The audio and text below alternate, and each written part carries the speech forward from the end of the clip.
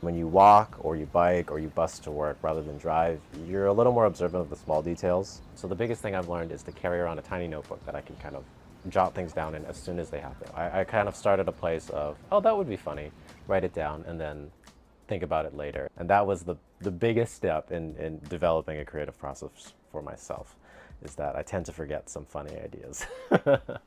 My name is Mitchell, and I'm a mixed media artist. I worked at several companies. I worked in an MG network. The next company that I worked at was Uniqlo, and I worked at them at very different stages in my professional career. I spent about 4 years at each place. I took both of those experiences and brought them into what I do now, but the decision was one of those things that was compounded by the pandemic, being separated from my coworkers and doing kind of the work on its own. I would work on some projects for months at the previous job that I had, and then they would be severely changed, and I'd have to kind of modify them a lot, and then sometimes they would be shelved right at the end. And the work got to a point where I didn't really find any joy in that, and I wanted to be able to create things for myself. And so pivoting to this was a big change because I was the person in charge, which is good and bad. What I do now, I enjoy most because it makes connections with a lot of people. So like a lot of the work that I do now is, stuff that you have to kind of have been born here or at least lived here to kind of notice the small references that are maybe get missed in sort of I would say like the top level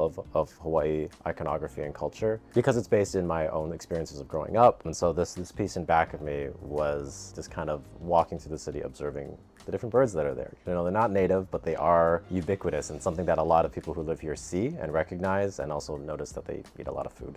I like to switch between like serious topics and more fun and lighthearted topics. I don't like to limit myself. I started this project out of a frustration with the limits that were set upon me, and so with this business, I try not to put too many cones up that I can't go to, I guess. At the end of the day, the art is for me. I'm trying to run it like a business, and so maybe it's not the best way to run a business, but it does make me very happy, and I find that to be the most important.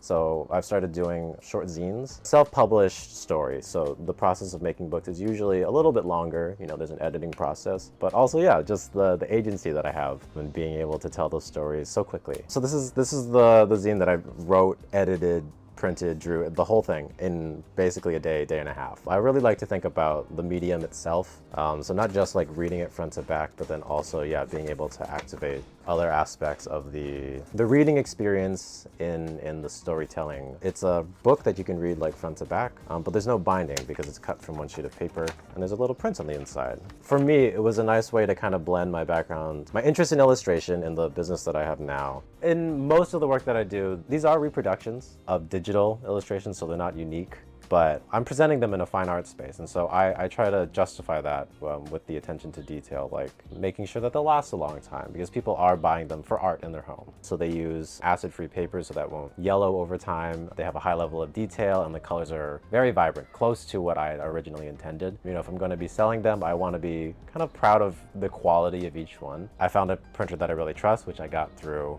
another creator. It just so happened that the printer was close by.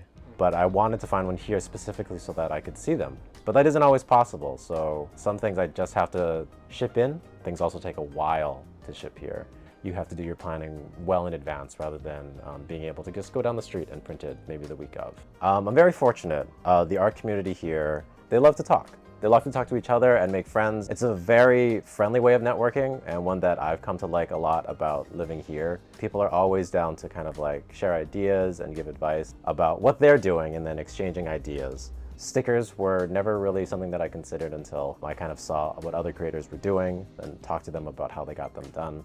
I work a lot of in-person events, having like a table that I sell at. I've noticed that customers will just tell you what they want, which is super helpful. It's the best kind of feedback that you can get. I don't let it maybe dictate what I do. It means that it connects with them. And so that's kind of how I decide what to create. It's always informed by what I want to do, but it's tempered by talking to other creators and then talking to, of course, the people who are interested in the stuff that I create.